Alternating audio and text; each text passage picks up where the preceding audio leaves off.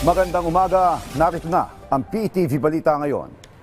Magsisimula na ngayong araw ang 48th ASEAN Summit sa Lapu-Lapu City sa Cebu. Ang summit ay pangunahan mismo ni Pangulong Ferdinand R. Marcos Jr. bilang host country, ang Pilipinas to Ebuen Air Base.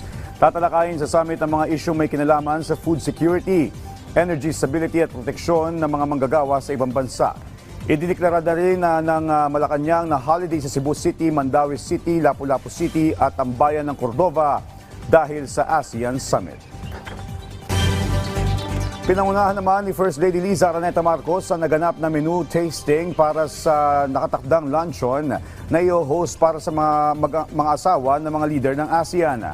Isinagawa ang aktibidad sa Lapu-Lapu City, Cebu kahapon. Tampok sa nasabing menu ang pagbibida sa mga pagkaing Pilipino na hinaluan ng mga putahing mula sa iba't ibang kultura ng mga bansang miyembro ng ASEAN. Ayon sa unang ginang, ang pagtitipong ito ay isang mahalagang paalala na ang pagkain ay may natatanging kakayahan na pagbuklurin ang mga tao sa isang hapag. Handa rin ang Cebu na ipamala sa mainit na pagtanggap at hospitality ng mga Pilipino para sa mga darating na bisita.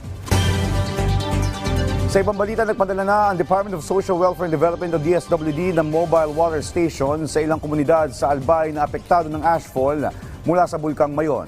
Ayon sa DSWD, kabilang sa naging hamon sa mga komunidad ang mga maduming deep well at pinagkukunan ng tubig sa ilang barangay sa bayan ng Kamalig matapos mabalot ng abo ang lugar. Bilang tugon, agad na ipinadala ang mobile water station para maghatid ng malinis at ligtas na inuming tubig sa mga apektadong pamilya. Bukod dito, tuloy-tuloy din ang pamamahagi ng DSWD ng mga family food packs sa mga apektadong residente. At yan ang mga balita sa oras ito. Para sa iba pang updates, i-follow at ilike kami sa aming social media platform sa @PTVPH. Ako po si Joshua Garcia para sa Pambansang TV sa Bagong Pilipinas.